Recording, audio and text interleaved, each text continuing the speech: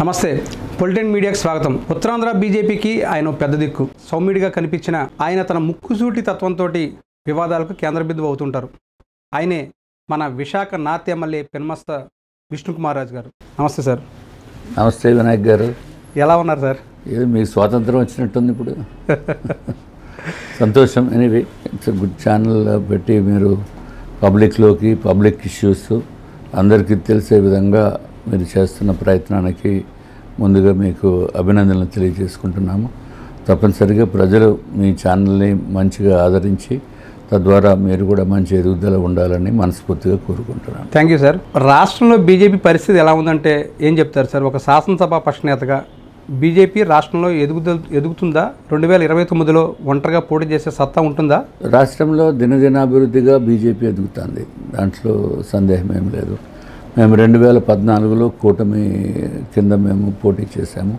అంటే అప్పుడు చంద్రబాబు నాయుడు గారు అంటే తెలుగుదేశం పార్టీ, భారతీయ జనతా పార్టీ, పవన్ కళ్యాణ్ గారు అవుట్ సైడ్ నుంచి సపోర్ట్ చేశారు. 2014లో 4 సీట్లు మేము గెలిచాము. తర్వాత 2019లో మా పైన కొంత దుష్ప్రచారము, విపరీతమైన దుష్ప్రచారము, ఆ రోజున్న పొలిటికల్ సిచ్యుయేషన్ ప్రకారం ఉన్న వలన మేము ఏ సీట్లు గెలుచుకోలేనటువంటి పరిస్థితి వచ్చింది. తర్వాత 2024లో మళ్ళీ అత్యంత అద్భుతమైన మెరుగుదల మాకు వచ్చింది. దానికి కారణం ఏంటంటే భారతీయ జనతా పార్టీ ఆంధ్ర రాష్ట్రానికి చేసిన ఉపకారము ప్రజల దృష్టిలో కూడా, అందరి దృష్టిలో కూడా తెలిసేటట్టు కొంత అభిప్రాయం ఉంది. కాబట్టి మాకు మంచి మెజార్టీ కిందే ప్రజలు కూటమి ఎలాగా ఉంది. సరే, అదే కూటమికి అయితే ప్రజలు ఓటేశారని మీరు చెప్తున్నారు, భారీ స్థాయిలో గెలిపించారు. కానీ బీజేపీ పరిస్థితి ఏంటి?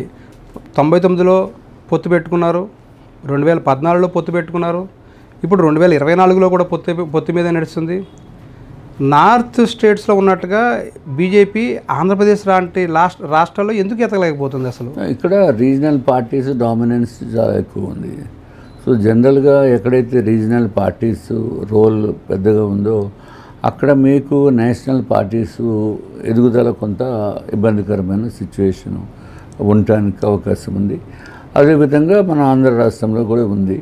But now BJP is picking up very well and పబ్లిక్కి అందరికీ కూడా తెలుస్తుంది భారతీయ జనతా పార్టీ, ప్రధానమంత్రి నరేంద్ర మోడీ గారు కానీ లేకపోతే కూటమి పార్టీలు ఏ విధంగా అభివృద్ధి చేయడానికి ఆంధ్ర రాష్ట్రానికి ఏ విధంగా సహాయ సహకారాలు అందిస్తున్నాయో అనేది ప్రజలందరికీ తెలుసు.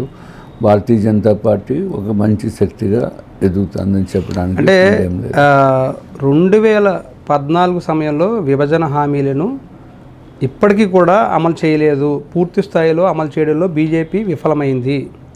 డబుల్ ఇంజిన్ సర్కార్ వస్తే మేము పూర్తి స్థాయిలో హామీ చేయడమే కాకుండా డబుల్ ఇంజిన్ సర్కార్ని మేము బాగా నడిపిస్తామనేది మీరు ఎన్నికల ముందు ప్రచారం చేసిన మాట. చూసుకుంటే దాదాపుగా 10 ఏళ్ళు పట్టింది మీకు రైల్వే జోను. పోలవరంకి సంబంధించి ఇప్పటికీ ఇంకా పూర్తి కాలేదు, ఎప్పుడు పూర్తవుతుందో ఇంకా తెలియని అయోమయ పరిస్థితి. రాష్ట్రానికి సంబంధించిన వరకు బీజేపీ ఫెయిల్యూర్స్ ఎక్కువ ఉన్నాయనేది అందరూ చెప్తున్నమాట. 10 ఏళ్ళు కేంద్రంలో అధికారం ఉండి కూడా. మీరేం చెప్తారు? ఇప్పుడు మీరు ఈ విషయానికి మాట్లాడేది మామూలుగా బయట అయితే మీరు మాట్లాడేది పచ్చి బూతు అని చెప్తాను, కానీ మీ ఛానల్లో ఇలాగా మాట్లాడటం అనేది కరెక్ట్ కాదు. కాబట్టి మీరు మాట్లాడేది సత్య దూరం అని చెప్తున్నాను. ఎందుకంటే ఇప్పుడు రైల్వే జోను మేము 2014లో ఎలక్షన్స్కి వెళ్ళినప్పుడు విశాఖపట్నానికి జోన్ తీసుకుని వస్తాము, అడుగుతాము అని చెప్పి మేము పబ్లిసిటీ చేశాము. ప్రజల దగ్గరికి కూడా అదేవిధంగా వెళ్ళాము. తర్వాత 2019 కల్లా మాకు రైల్వే జోన్ శాంక్షన్ చేసినట్టుగా ఆనాటి కేంద్ర మంత్రివర్యులు పీయూష్ గోయల్ గారు మనకి లెటర్ రూపంలో కూడా ఇవ్వటం జరిగింది. కానీ దురదృష్టం ఏంటంటే ఆ రోజు రైల్వే జోన్ ఇచ్చినప్పటికీ కూడా పబ్లిసిటీ అయితే చాలా దారుణంగా పబ్లిసిటీ చేశారు. ఏంటంటే ఏదో జోన్ ఇచ్చారు, తలకు తీసేశారు, మొండెం ఇచ్చారు, అట్లాగా రకరకాల ఛానల్స్లో దుష్ప్రచారము చాలా దారుణంగా. అంటే అది వాస్తవం కాదంటారా? అంటే ఇప్పుడు కిరణ్ డోల్ లాంటి ఆదాయం తెచ్చిపెట్టే మీకు దాన్ని వదిలేయడం అనేది కరెక్ట్ కదా? Let me clarify. మీరు చదువుకున్న వాళ్ళు, మీరు విజ్ఞులు, మీకు కొంత అవగాహన ఉంది, జర్నలిజంలో చాలా సంవత్సరాల నుంచి మీరు పని చేస్తున్నారు. మీరు కూడా ఇటువంటి మాటలు మాట్లాడకూడదు. ఆదాయము సపోజ్ ఒక 100 కోట్లు ఆదాయం వచ్చింది అనుకోండి, ఆ 100 కోట్లలో మనకేమి 40% ఇక్కడ 40 కోట్లు విశాఖపట్నానికి ఏమి ఇవ్వరు. ఆదాయం ఉన్నా లేకపోయినా ఒకలాగే ఉంటుంది. ఇది కేంద్ర ప్రభుత్వం నడుపుతున్న రైల్వే సంస్థ. సో ఆదాయానికి దీనికి సంబంధం లేదు. ఆదాయం లేదు కదా అని చెప్పి ఇక్కడేమో ఏమి దాన్ని పట్టించి అంటే ఇప్పుడు ఆదాయ మార్గాలు తెచ్చుకునే ప్రయత్నం మనం చేస్తాం కదా సార్. యాక్చువల్గా అయితే కనుక మీరు బీజేపీ ఆదాయం ఎందుకు మాట్లాడలేకపోతున్నారు? Let me clarify, it is a central government organisation. ఆదాయము మనకి ఎక్కువ డబ్బులు వచ్చినా ఆ ఆదాయంలో కొంత షేరు స్టేట్ గవర్నమెంట్కి ఏమీ రాదు. ఇది డెవల్యూషన్ ఆఫ్ ఫండ్స్ లాగా 42% లేకపోతే 45% అట్లా ఏమి కాదు ఇది. లేకపోతే ఏదేదో జిఎస్టీ లాగా 50% సెంట్రల్ ప్రభుత్వానికి వెళ్తుంది, కేంద్ర ప్రభుత్వానికి 50% మన స్టేట్ గవర్నమెంట్కి వచ్చేది ఏమీ కాదు. సో ఆదాయం దానికి దీనికి ఏ విధమైన సంబంధం లేదు. కానీ ఆ రోజు 2019లో మాత్రం బ్రహ్మాండంగా దుష్ప్రచారం చేశారు. తర్వాత జగన్మోహన్ రెడ్డి గారి ప్రభుత్వం వచ్చిన తర్వాత రైల్వే జోన్ శాంక్షన్ చేసి ఈ జోన్ బిల్డింగ్స్ కట్టేదానికి డిపార్ట్మెంటు అడిగితే దానికి కావలసిన విధంగా ఉండే స్థలాల్ని కూడా కేటాయించలేదు. సో స్థలాల్ని కేటాయించకుండా రైల్వే జోన్ బిల్డింగ్స్ నిర్మాణం అనేది జరిగేది కాదు. సో అది దాని వలన రకరకాల కారణము. అప్పుడు ఆ రోజు ఉన్న జగన్మోహన్ రెడ్డి గారి ప్రభుత్వ హయాంలో దానిపైన ఫోకస్ ఏమీ పెట్టలేదు, అసలు టోటల్గా జీరో ఫోకస్. అట్లాగే కేంద్ర ప్రభుత్వాన్ని కూడా సరే మీకు వాళ్ళేమో జోన్ ఇచ్చేసాము మీకని వాళ్ళు చెప్తారు, ఇక్కడేమో ఈయనేమో సరైన స్థలం ఇవ్వలేదు. సో దీని వలన లేట్ అయిపోయిన మాట వాస్తవం. ఇప్పుడు ఏదైతే కూటమి ప్రభుత్వం వచ్చిన వెంటనే అనువైన స్థలము వాళ్ళకి కేటాయించడం జరిగింది. ఇప్పుడు ఒక జిఎం స్థాయి అధికారిని కూడా ఇక్కడ ఏర్పాటు చేయటం జరిగింది. నేను మొన్న ఈ మధ్య ఫ్యూ డేస్ బ్యాకే డిఆర్ఎం గారితో కూడా మాట్లాడితే already buildings are under construction కూడా చేస్తున్నాము, అత్యంత త్వరితగతిన వచ్చేటట్టు మేము చేస్తున్నామని చెప్పారు. So railway zone matter is అంటే ఇప్పుడు రైల్వే జోన్ వర్క్ అనేది స్టార్ట్ అయినట్టేనా సార్? ఇప్పుడు జిఎంని అపాయింట్ చేశారు కాబట్టి మొత్తం ఏదైతే డివిజన్ అంతా అయిపోయినట్టేనా సార్? ఓకే. ఇంకా పోలవరం విషయానికి వస్తే దాదాపుగా ఎప్పుడో 2014-19లోనే అయిపోతుంది అనేది అప్పట్లో మీ కూటమి పాలనలోనే చెప్పుకోవడం జరిగింది. కరెక్ట్. దాదాపు 10 ఏళ్ళు అయిపోయింది, ఎందుకు ఇంకా అవ్వట్లేదు sir? Polavaram issue it's a very peculiar thing అండి. పోలవరము ఇదివరకు కూటమి ప్రభుత్వము 14 నుంచి 19 వరకు ఉన్నప్పటికీ కూడా మధ్యలో ఒక 2 years ముందే చంద్రబాబు నాయుడు గారు సెపరేట్ అయిపోయింది, బీజేపీ నుంచి దూరం అయిపోయారు. సెపరేట్ అయినప్పటికీ కూడా కేంద్ర ప్రభుత్వము నిధులు ఎక్కడ ఆపలా. Let me be very clear. కేంద్ర ప్రభుత్వ విధానం ఏంటంటే ఏ పార్టీ ఉన్నప్పటికీ కూడా మనకి అపోజిషన్ పార్టీ అవనివ్వండి లేకపోతే కూటమి పార్టీ అవనివ్వండి, కేంద్ర ప్రభుత్వము నరేంద్ర మోడీ గారి ఆధ్వర్యంలో ఎక్కడ పార్షియాలిటీ అనేది లేకుండా న్యాయబద్ధంగా ఆ రాష్ట్రానికి రావాల్సిన నిధులు కానీ లేకపోతే ఆ పర్టికులర్ ప్రాజెక్టుకి రావాల్సిన నిధులు కానీ ఎక్కడ ఆపలేదు.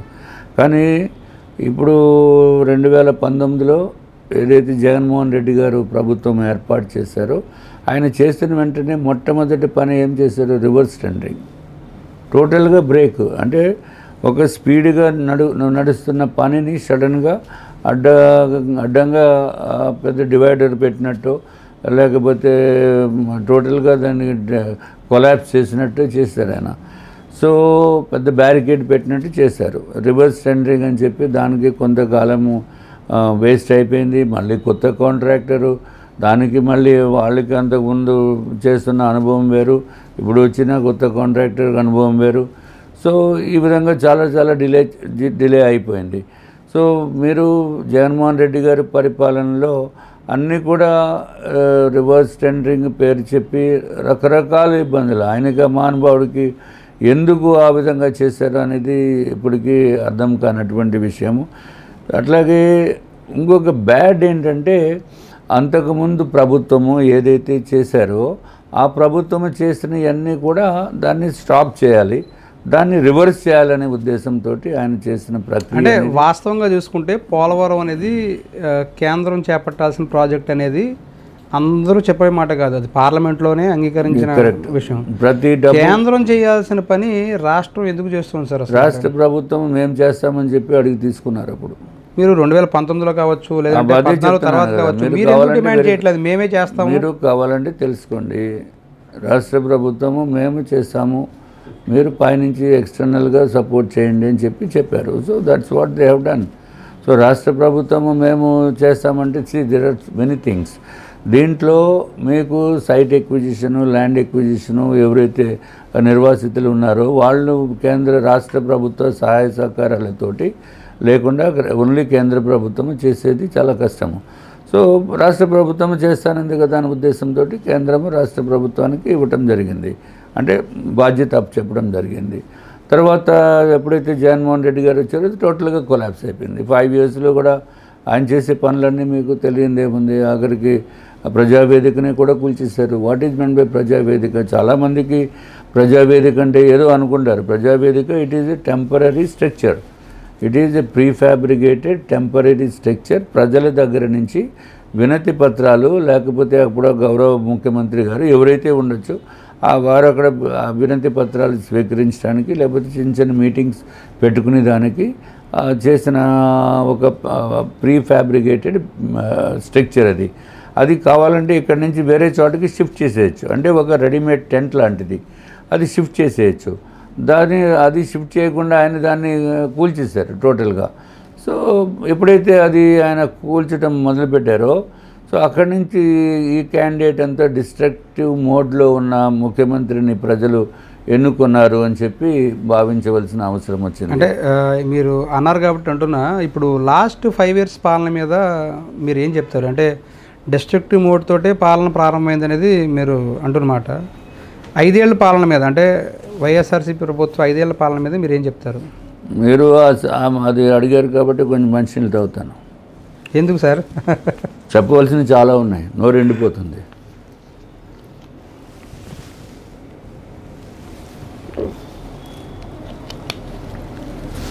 జగన్మోహన్ రెడ్డి గారికి ఆయన అదృష్టం కొలది రాజశేఖర రెడ్డి గారి కుమారుడు అనే ఉద్దేశంతో ఒక్కసారి ఛాన్సు అన్నమలాన కావాలి రావాలి జగనన్న అని చెప్పి రింగ్ టోన్లతోటి అది కూడా చాలా it played a very very vital role. ఒకసారి కదా ఛాన్సు, యంగ్స్టరు, ఈ రాష్ట్రానికి బాగా అభివృద్ధి చేస్తామంటున్నారు అనే ఉద్దేశంతో రాష్ట్ర ప్రజలు ఒకసారి అవకాశం ఇచ్చి చూద్దామనే ఉద్దేశంతో ప్రజలు ఓటు వేశారు. అత్యంత అద్భుతమైన ఆయనకి మెజారిటీ రావటం జరిగింది. ఆ మెజారిటీ వచ్చిన తర్వాత కనీసం ఆయన ఒక 10-15 years ఆయనే ముఖ్యమంత్రిగా ఉంటారు అనే భావన కూడా ప్రజల్లో వచ్చింది. ఎప్పుడు వచ్చింది? ముందు 6 monthsలో వచ్చింది. ఓకే, ఈయన బాగా చేస్తాడు, ఒక 3 months 4 months అని. కానీ అనుకున్నది ఒకటి, జరిగింది ఒకటి. అంటే తలకిందులు అయిపోవటం అనేది మన పాలిటిక్స్లో ఇక్కడే చూస్తాము. జగన్మోహన్ రెడ్డి గారి పరిపాలన విధానం. నేను కూడా పాలిటిక్స్లో ఉన్నాను. నేను 2019లో నేను కూడా కంటెస్ట్ చేశాను. నాకు తెలుసు నేను ఓడిపోతాను అనేది. ఎందుకంటే జగన్మోహన్ రెడ్డి గారి ప్రభంజనం అట్లా ఉంది మొత్తం రాష్ట్రంలో. ఐ ఆల్సో నో దాట్ అప్పుడు ఉన్న టీడీపీ ప్రభుత్వం కూడా ఓడిపోతుందనేది తెలుసు. నేను 2018లోనే చెప్పాను, ఈసారి జగన్మోహన్ రెడ్డి గారు అధికారంలోకి వస్తారని. ఎలక్షన్స్ 2019 ముందే చెప్పారు మీరు. ముందు 1 year ముందు నేను తిరుపతిలో నేను చెప్పాను. నేనేదో ఊరికే క్యాజువల్గా చెప్పడం కాదు. I know what I'm talking. If I'm talking something at least 95% will be that reality. ఒకవేళ తెలియక 5% మిస్ అయితే మిస్ అవ్వచ్చు. బట్ నేను నిత్యం పబ్లిక్లో ఉండేవాడిని 14 to 19. సో నాకు పల్స్ తెలుసు. ఎందుకంటే నా దగ్గరికి వచ్చి జనము రోజుకి కనీసం ఒక 200-300 మంది వచ్చేవారు.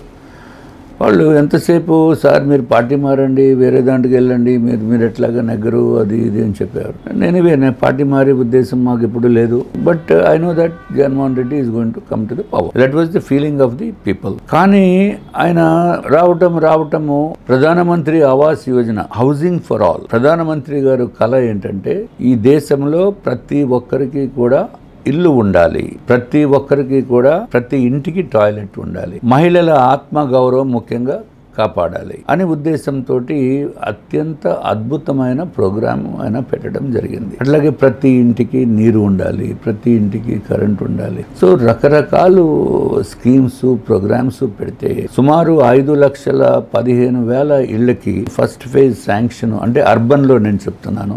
అప్పుడు చంద్రబాబు నాయుడు గారు ఉన్నారు. అప్పుడు శాంక్షన్ చేసినప్పుడు ఆయన అడిగారు ఇంత పెద్ద ఎత్తున కావాలని. Central government sanction. ఇప్పుడు అధికారం రెండు కలిసి కూడా లేవు, కొంచెం డిఫరెంట్ అయింది ఎప్పుడు కూడా. అయినా సరే శాంక్షన్ 18-19 మధ్యలో 2017లో శాంక్షన్ చేశారు. చేస్తే ఇప్పుడు 5,12,000 శాంక్షన్ చేస్తే సుమారు 4,68,000 4,90,000 ఇళ్ళకి టెండర్స్ కూడా పిలిచారు. సైట్స్ అందరికీ కూడా అలాట్మెంట్ లెటర్స్ ఇచ్చాము, అంటే ఎవరెవరైతే ఇంట్రెస్ట్ ఉన్నారో. సో ఆ విధంగా పెద్ద ఎత్తున ఈ రాష్ట్రంలో నిర్మాణం చేపట్టి సుమారు 5 లక్షల మందికి అర్బన్ ఏరియాస్లో ఇంటి సౌకర్యము కలుగజేయటం గురించి గౌరవ ముఖ్యమంత్రి చంద్రబాబు నాయుడు గారు పెట్టిన ప్రోగ్రాము.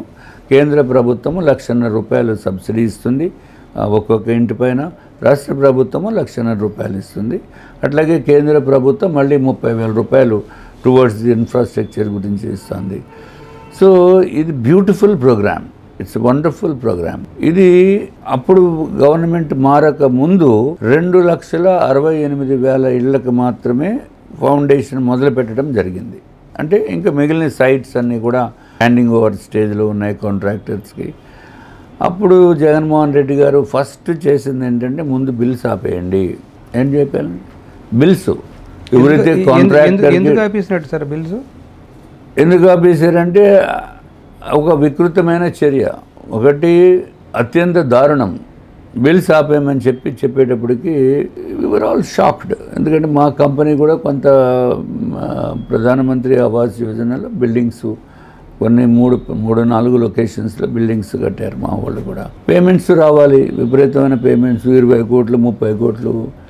సరే అంతలోకి సడన్గా ఎలక్షన్ కోడ్ వచ్చిన వెంటనే కోడ్ వచ్చాక జనరల్గా పేమెంట్స్ ఇవి చేయరు, కొంత తక్కువ ఉంటుంది. తర్వాత ప్రభుత్వం వచ్చినంటే పేమెంట్స్ ఆపేయమన్నారు, తర్వాత పనులు ఆపేయమన్నారు. పేమెంట్స్ ఆపటం వేరు, పనులు ఆపటం వేరు. అంటే నాకు ఉన్న ఐడియా ప్రకారంగా అవినీతి ఆరోపణల వల్లే ఆ పేమెంట్స్ ఆపి రీచెక్ చేసిన తర్వాత మళ్ళీ ఇద్దామనేది. మీకు ఎప్పుడు కూడా పచ్చ కామెర్లు ఉన్నవాడికి పచ్చ కామెర్లు ఊరంతా పచ్చదనం కింద కనిపిస్తుంది అనేది ఒక నానుడి ఉంది. ఆయన అత్యంత అవినీతిపరుడు జగన్మోహన్ రెడ్డి. సో ఏ పని చేసినా అవినీతి చేస్తారేమో అనే డౌట్ తోటి ఆయన ఆపమన్నారు. ఓకే, ఎంతవరకు ఇమీడియట్గా వెరిఫై చేసి అది ఎంత ఎస్ఎఫ్టీకి ఎంత ఇచ్చారు ఏంటని వెరిఫై చేస్తే తెలుస్తుంది. అది చేయలే, 2 years పట్టింది. 2 years తర్వాత తెలిసింది ఇది తప్పు, ఇది మేము ఆపటము తప్పు, దీంట్లో ఎక్కడ కూడా అవినీతి జరగలేదు, అంత చాలా పర్ఫెక్ట్గా జరిగింది అనే ఉద్దేశం. ఆన్లైన్ టెండర్, దీంట్లో అవినీతి జరిగింది. ఒక మీరన్న మాటలనే నేను ఉదాహరిస్తాను సార్. ఆ సమయంలో మీరు ఒక ప్రెస్ మీట్ పెట్టి మరీ మీరు చెప్పారు, ఈ మా నియోజకవర్గానికి సంబంధించి తెలుగుదేశం పార్టీకి సంబంధించి ముఖ్యంగా గంటా అనుచరులు అవినీతికి పాల్పడుతున్నారంటూ మీరు అప్పట్లో ఆరోపణ చేశారు. ఈ ఇళ్ళకి సంబంధించి కుంభకోణం పెద్ద ఎత్తున జరుగుతుంది, అవినీతికి పాల్పడుతున్నారని మీరే కామెంట్ చేశారు. దాని ఇది PMAY హౌసింగ్ కాదు. అవినీతి చేయటం అంటే రెండు, ఒకటి మీకు ఇల్లు ఇస్తానని చెప్పి నేను ఎవరితో డబ్బులు తీసుకోవడం వేరు, లేకపోతే ఇల్లు కన్స్ట్రక్షన్లోనే తప్పు, డబ్బులు ఎక్కువ అయిపోతే అది టెండర్ ఇచ్చినప్పుడే తప్పు అనే భావన ఉంటే అది అవినీతి. మనం మాట్లాడుతున్నది టెండర్స్ గురించి. సో ఎక్కడో వేరే ఎవరైనా మీకు ఉచితమైన ఇల్లు ఏది హుదూద్ హౌసెస్ చాలామంది అమ్ముకున్నారు. సో అది 10,000 కడితే ఫ్రీగా ఇల్లు ఇవ్వాలి. సో కొంతమంది డబ్బులు తీసుకుని ఇల్లు ఇచ్చిన సందర్భాలు కూడా ఉన్నాయి. సో దాని అవినీతి కాదు. నేను మాట్లాడేది ప్రధానమంత్రి Awas Yojana urban PMAY housing scheme. ఈ జగన్మోహన్ రెడ్డి గారు ఎంతమంది పేద ప్రజలు పొట్ట కొట్టారు అనేది నేను ఇవాళ చెప్తున్నాను. సుమారు 5 లక్షల మందికి ఇల్లు ఉండవలసిన పరిస్థితి నుంచి ఈరోజు 2,68,000 మంది దగ్గర అందరూ పాత గవర్నమెంట్ డబ్బులు తీసుకుంది. ఇప్పటికి కూడా ఇల్లు ఇవ్వలా. ఎక్సెప్ట్ కొన్ని చోట్ల ఒక 30,000 40,000 మందికి 25 లక్షల మందికి మేము ఇళ్ల స్థలాలు ఇచ్చాము. అది వేరు రూరల్ దాంట్లో అది రూరల్ వేరు. I'm talking about urban. రూరల్లో కూడా ఇళ్ల స్థలాలు ఇచ్చామన్నారు. ఆ ఇళ్ల స్థలాలు పని చేస్తున్నది విశాఖపట్నము. సపోజ్ ఇక్కడ సీతమ్మధార ఏరియా, నాకు ఇల్లు ఇచ్చింది ఎక్కడో సభవరము కొండబాలు ప్రాంతంలో, అంత దూరంలో సైట్ ఇచ్చి నువ్వు కట్టుకుంటే కట్టుకో, లేదంటే మేమే కట్టించి ఇస్తాము, 1,80,000 రూపాయలు ప్రభుత్వం ఇస్తుంది, కేంద్ర ప్రభుత్వం ఇచ్చేది మొత్తం డబ్బంతా. సో అది కడతామంటే ఇంత దూరంలో ఎక్కడ చేసేది దానికి ఇట్స్ ఇంపాసిబుల్. సో ఆ విధంగా that scheme is an utter failure అండి, అటర్ ఫెయిల్యూర్ స్కీమ్. సో ఇల్లుకి ఏదైతే చేద్దామని ప్రధానమంత్రి కలలు కన్నారో ఆంధ్ర రాష్ట్రంలో ఆ కళలు అన్నీ కూడా ఎక్కడ కూడా ఇంప్లిమెంటేషన్ జరగలేదు. సో టోటల్గా అటర్ ఫెయిల్యూరు. సో ఆ ప్రభుత్వం అయిపోయింది. ఇప్పుడు కొత్త ప్రభుత్వం వచ్చింది, 1 ఇయర్ అయిపోయింది. రోజు నా దగ్గరికి వస్తూనే ఉంటారు ఎవరైతే లబ్ధిదారులు. పాపము వాళ్ళు ₹1,00,000 డబ్బు కట్టారు. ఎప్పుడు 2018లో కట్టారు. అప్పు చేసి ₹1,00,000 డీడీలు కట్టి జీవీఎంసీకి కట్టి, తర్వాత వాళ్ళు చంద్రబాబు నాయుడు గారి టైంలో కట్టారు. తర్వాత జగన్మోహన్ రెడ్డి గారు ఆయన ఏం చేస్తారంటే చాలా పెద్ద ఇది బ్యాంకు దగ్గర నుంచి వాళ్ళందరికీ లోన్స్ ఇప్పించారు. లోన్స్ ఇప్పించి నెల నెల ఈఎంఐ ₹3,500 సుమారు 200 నుంచి 500 రూపాయలు లోను ఎవ్రీ మంత్ పే చేస్తున్నారు పాపం లబ్ధిదారులు. కానీ ఇల్లు లేదు అక్కడ. అంటే మీరు వచ్చి ఏడాదికి అయింది సార్, ఏడాది పాలన అయింది. ఏడాదిలో మీరేం చేసినట్టు? ఏం లేదు, ఏడాదిలో కూడా ఏం లేదు, సున్నా. ఎక్కడ ఉన్నది అక్కడే ఉంది. మరి మీరు ఎందుకు మాట్లాడట్లేదు? అధికార డబ్బులు ఎప్పుడు కూడా అధికార పక్షంలోనే talking. Last time also I spoke, last time in the assembly I spoke. And problem ఏంటంటే భయంకరంగా అప్పులు పెట్టేసి వెళ్ళిపోయారు జగన్మోహన్ రెడ్డి గారు. కాంట్రాక్టర్స్కి పేమెంట్లు లేవు, ఎవరికి పాత 2019 నుంచి ఈ రోజు వరకు పేమెంట్స్ లేవు. సో కాంట్రాక్టర్స్కి పేమెంట్లు లేకపోతే కాంట్రాక్టర్స్ సర్వనాశనం అయిపోయారు. ఇది ఒకటే కాకుండా మీరు అప్పులు పెట్టేశారు అన్నారు మాట కాబట్టి చెప్తున్నాను. ఇప్పుడు ఏడాది పాలనలోనే మీ కూటమి ప్రభుత్వం 1,80,000 కోట్లు అప్పు చేసింది. మేమేమో 5 ఏళ్ల పాలనలోనే మేము చేసిన అప్పు మీద దాదాపుగా 53% నిన్నే జగన్మోహన్ రెడ్డి గారు విమర్శించారు. జగన్మోహన్ రెడ్డి మాటలకి పెద్ద విశ్వసనీయత ఉండదు. ఎందుకంటే ఆయన అప్పులు పెట్టింది కాంట్రాక్టర్స్ సంస్థలకు ఇవ్వాల్సిందే 1,30,000 కోట్లు. అదొకటే కాకుండా డిఫరెంట్ హెడ్స్లో పెట్టేశారు. ఏదైతే లబ్ధిదారులకి 3,50,000 రూపాయలు శాంక్షన్ చేసిన ఇళ్ళకి అది కూడా డైవర్షన్ అయిపోయింది. వాళ్ళు దానికి ఈఎంఐలు లబ్ధిదారులు కట్టుకోవాలి. రాష్ట్ర ప్రభుత్వం డబ్బు కడుతుంది లబ్ధిదారుల గురించి బ్యాంకులకి. ఇప్పుడు ఏడాది పాలనలోనే 1,82,000 కోట్లు అప్పు చేసింది సార్ ఈ ప్రభుత్వం. డెవలప్మెంట్ డబ్బులన్నీ దాంట్లో అసలు టోటల్గా మీరు ఫండ్స్ పొజిషన్ చూస్తే ఈ జగన్మోహన్ రెడ్డి గారు చేసిన సర్వనాశనం చేస్తారండి. నేనేదో don't think I'm trying to support మా కూటమి ప్రభుత్వం. Definitely it's my duty to support, that's different issue. But ఉన్న వాస్తవాలని కూడా చెప్పాలి కాబట్టి చెప్తున్నాం.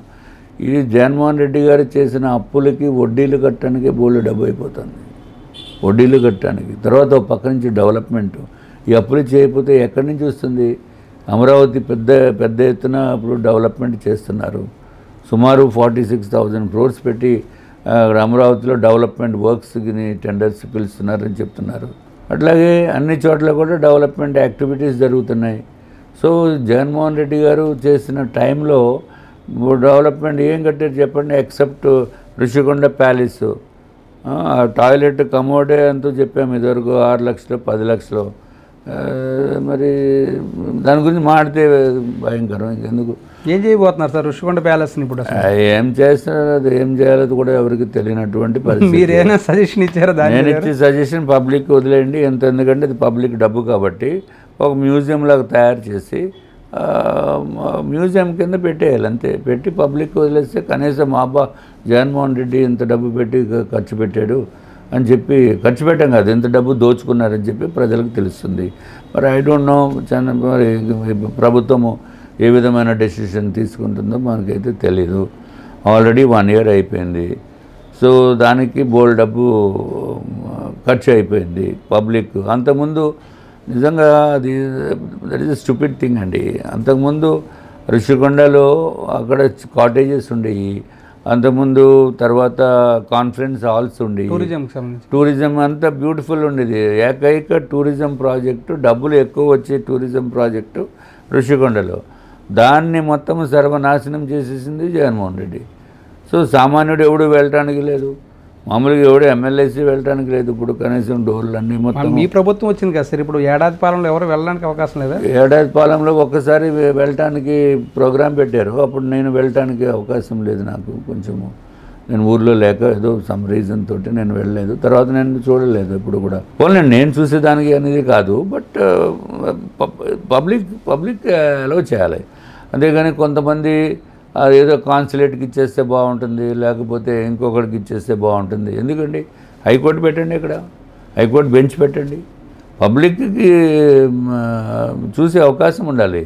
హైకోర్టు బెంచ్ పెట్టాలని డిమాండా, లేకపోతే ఇది మామూలుగా మీరు సజెషన్ అయింది? నేను సజెషన్, డిమాండ్ కూడా ఉంది, డిమాండ్ ఉంది, సజెషన్ ఉంది. If somebody can able to understand in a proper way. మొత్తము మీరు కోర్టు కేసెస్ చూస్తే బెంచ్ కనుక పెడితే ఎక్కువ అత్యంత లిటిగేషన్స్ అన్నీ కూడా ఉత్తరాంధ్ర నుంచి ఇక్కడ రాజమండ్రి వరకు, లేకపోతే కాకినాడ రాజమండ్రి వరకు ఈ ఏరియా బెల్ట్లో ఒక బెంచ్ పెడితే నష్టం ఏముందండి? నష్టం ఏముంది? ఎప్పటి నుంచి అడుగుతున్నారు. డబుల్ ఇంజిన్ సర్కార్ కదా సార్, ప్రభుత్వం మీదే, కూటమి ప్రభుత్వం మీద. ఇప్పుడు అధికారులకు మమ్మల్ని డబుల్ ఇంజిన్ సర్కార్ అని మీరే చెప్పారు, ఇప్పుడు తీసుకొచ్చుకోవచ్చు కదా.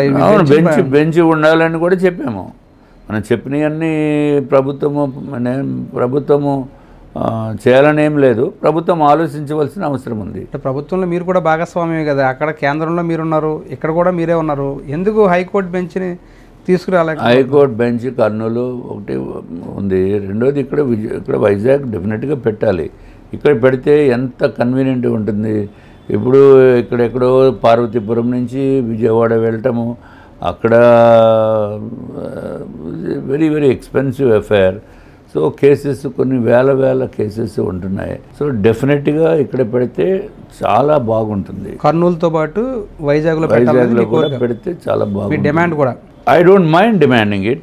What is wrong? What is wrong for the sake of public? Yes, definitely bench has to be here. అది వీలయ్యేటట్టు చూడవలసిన అవసరం ఉంది. ఎందుకు చేయకూడదు? ఏమైనా రిప్రజెంటేషన్ ఇస్తారు సార్ సెంట్రల్ గవర్నమెంట్కి సంబంధించి దాని మీద? అసెంబ్లీలో కూడా చెప్పాము. ఇంకా చెప్పిన తర్వాత ఇంకా ఇక్కడ ఆల్రెడీ మనం వైజాగ్లో ఉన్న బార్ మెంబర్స్ అంటే లాయర్స్ అంతా కూడా బెంచ్ కావాలని కూడా అడిగారు. చాలా కాలము కొంత స్ట్రైక్ కానీ అంటే ఒక నిరాధ్యక్ష లాంటి టైపు ఒక నిరసన అది కూడా చేశారు.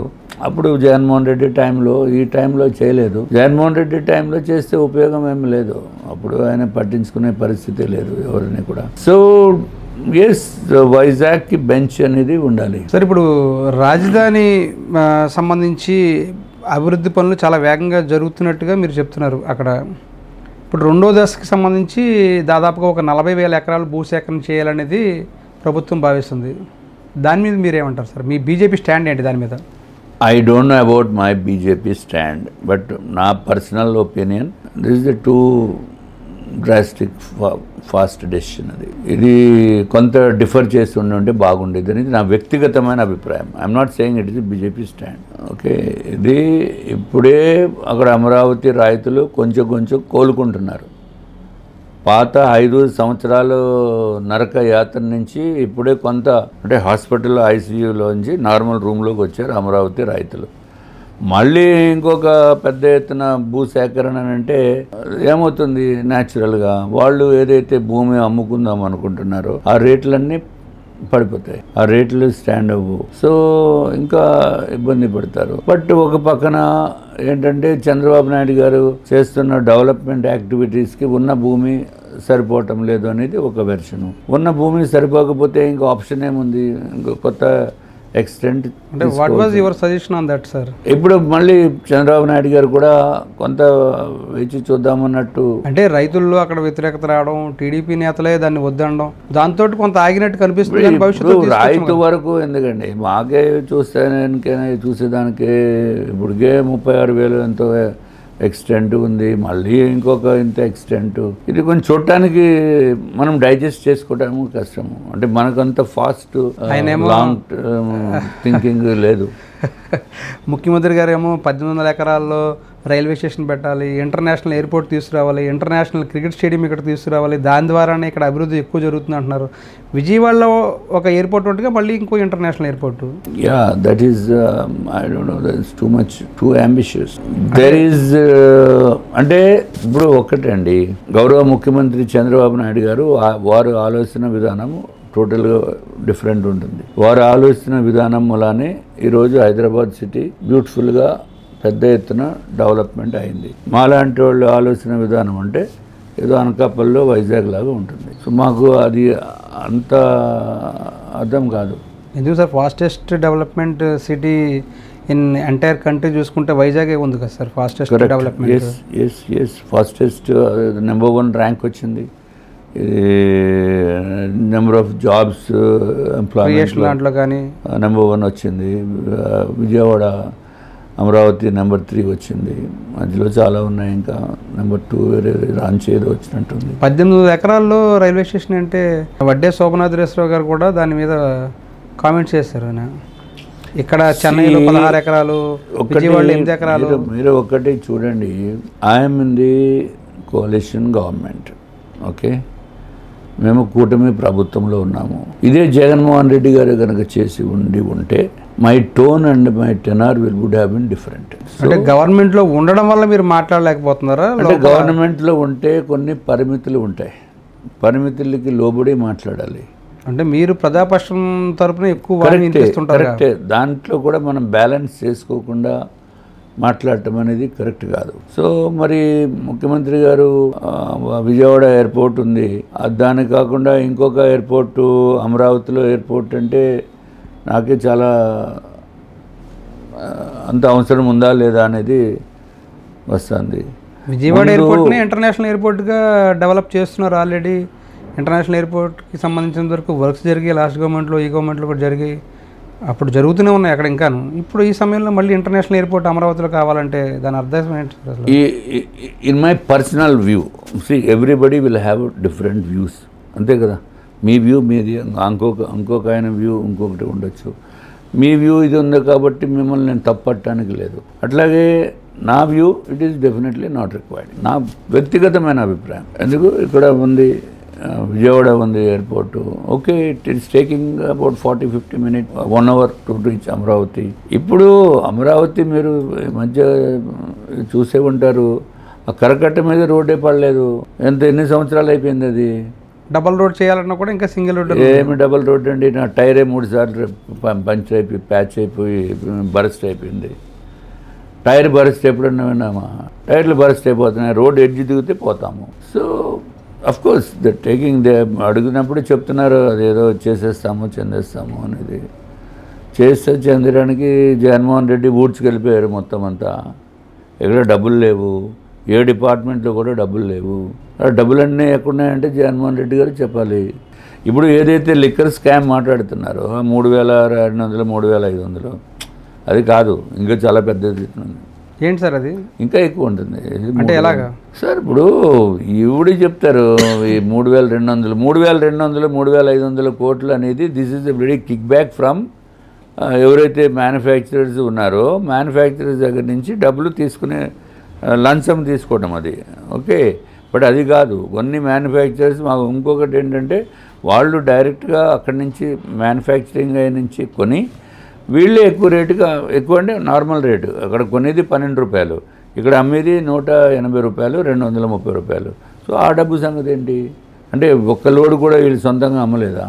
అంటే ప్రభుత్వం, అంటే మీ కూటమి ప్రభుత్వం చెప్పేది 3,500 కోట్ల వరకు ఉందనేది దర్యాప్తులో తేలిన అంశం.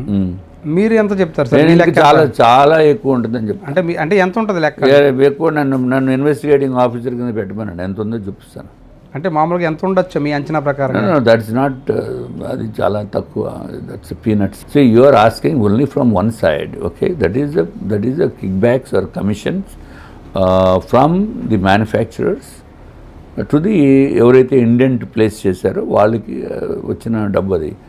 బట్ మీకు ఫ్యాక్టరీస్ అంతా మీదే, మీదే ఫ్యాక్టరీ అక్కడ తయారవుతుంది, 12 రూపాయలకి అక్కడ మీరు తయారు చేస్తున్నారు, ట్రాన్స్పోర్టేషన్ మీదే, అమ్మేవాళ్ళు మీరే.